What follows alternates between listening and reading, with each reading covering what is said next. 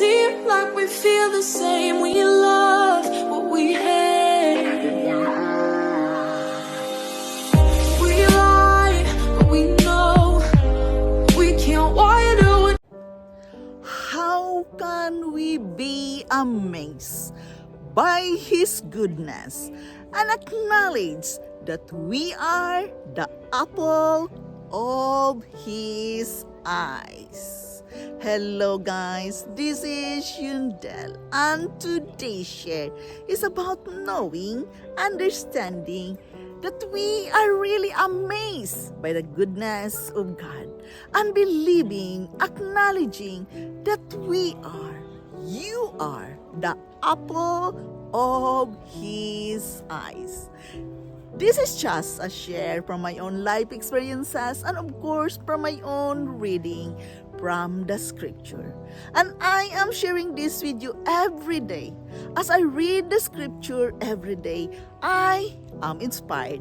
It gives me the strength. It gives me the hope. It gives me the motivation to keep on going. Even I am struggling, and I am sharing it with you in hope it can help you too. In hope that you can acknowledge the greatness, the goodness of God. And of course, you can understand that you are the apple of His eyes. Why I am sharing this with you? Each and every one of us needs inspiration to live our best life, especially when we are struggling, especially when we are facing a lot of trials, challenges, and difficulties in this life journey. We need to have hope. We need to be inspired. We need to live feeling good with ourselves, feeling good with our mindset, with the positive attitude, positive thoughts. We all need that in order for us to keep on going. Life has never been easy. And in all my life here in this foreign country, I have to find an anchor. I must find that holding point in my life in order for me to keep on going, in order for me to have the strength every day to wake up, to do the task, to face the responsibility, to do my obligations as a single parent. And how can I really do that without acknowledging the goodness of God? No, I cannot make it. I am not talking about religion. I am talking about who created you, why you are alive right now, why you are breathing right now. I am talking the creator of the universe who is there for you through thick and thin. So you will be safe and secure living in this world. To live in this world alone, really hard, guys. I have the crying nights. I have the frustrating nights. I have the depression. You name it. I experience it all. But through His Spirit, through my belief in Him, I did survive. And I have to make a purpose of this, sharing it with you. So instead of just I'm feeling all the good feeling with myself, I am sharing it. So when you can hear it, you can feel good with yourself too. You can have that hope. You can have that inspiration. You can feel the good life. To live a good life, you must experience it. You must be grateful for it. You must be thankful that you are breathing right now, that you are alive right now. All is well with you right now. To acknowledge all these things, it is very important that for me, it is about believing in God. I credited it all to Him because I am alive now because of Him.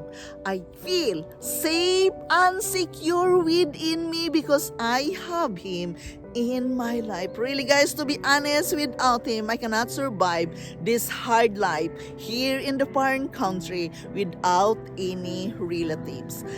I know it is easier said than done. I know that maybe you're just thinking, oh, I'm just talking this and that. But it is based on my experience that I survived because I made Him as an inspiration into my life. I made Him as an anchor to my life. As it says in Deuteronomy 32:10, He found him out in the wilderness in an empty, windswept wasteland. He threw His arms around him, lavish attention on him, guarding him as the apple of His eye. Yes, this is a story from the scripture. In the wilderness represents barrenness, no growth, no wasteland in our lives. You're doing the right thing, but your business is not increasing. Your marriage is not in better place. Your health is not improving. We're passing over for another promotion. You're in the wilderness. You feel stuck, restricted by your environment. In those dry places, you could be discouraged, thinking it will never change. No. Have hope in your heart. Have that inspiration in your heart. And be inspired. Because you have to get ready. God knows where you are. He's watching you in the lonely nights. He is watching you in your crying nights, in the times you were betrayed. Those days when you felt like giving up, but you keep going. You were hurting, the pain was real, but you didn't let it stop you. You don't give up. He's about to come and throw His arm around you and lavish His grace upon you. You're going to see the increase that you cannot explain, favor and blessing that you didn't receive, healing that doesn't make sense, freedom from things that have held you back. Now, we must get into agreement with God. Simply says, Lord, I receive it into my spirit. You amaze me with your goodness. You make me the apple of your eyes. We must understand that His loving for us is real. He loves us unconditionally. He loves us so much that at times when we are in the wilderness places, He show up and show who we are. Thinking that no matter where we go, what we go through, He will find us.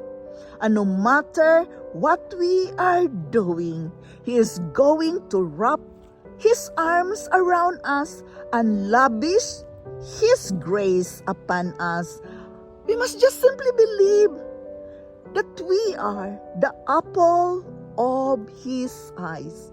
We must be grateful that He amazes us with His goodness. He makes us the apple of His eyes. You must believe that.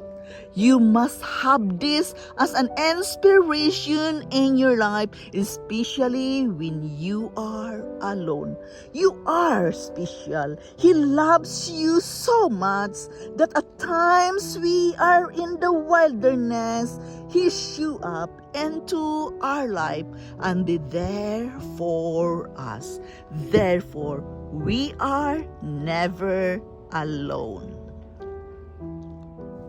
I am sharing this with you guys just to remind you, in times we are in the wilderness, in times we are hurting, in times we are in the difficult situation, God amazes us with His goodness. Suddenly we are blessed. Suddenly we are saved from our debts. Suddenly we have food on the table. Suddenly all is well with us. Always remember that you are the apple of His eyes. Just this word can makes me inspired that I am not alone whatsoever I am facing in this life journey. I am not alone. He is with me, and I feel safe and secure knowing that He is the only one who loves me truly, who loves me unconditionally. And I'm happy about that. I feel safe and secure that I am loved, and He amazes me. In times of my difficulties, He amazes me with His goodness. This is Yundel. Thank you for listening. Thank you for dropping here in my channel. I am very grateful to each and every one of you supporting me here in my life journey. Remember, you are never alone. Bye-bye. Like we feel the same, we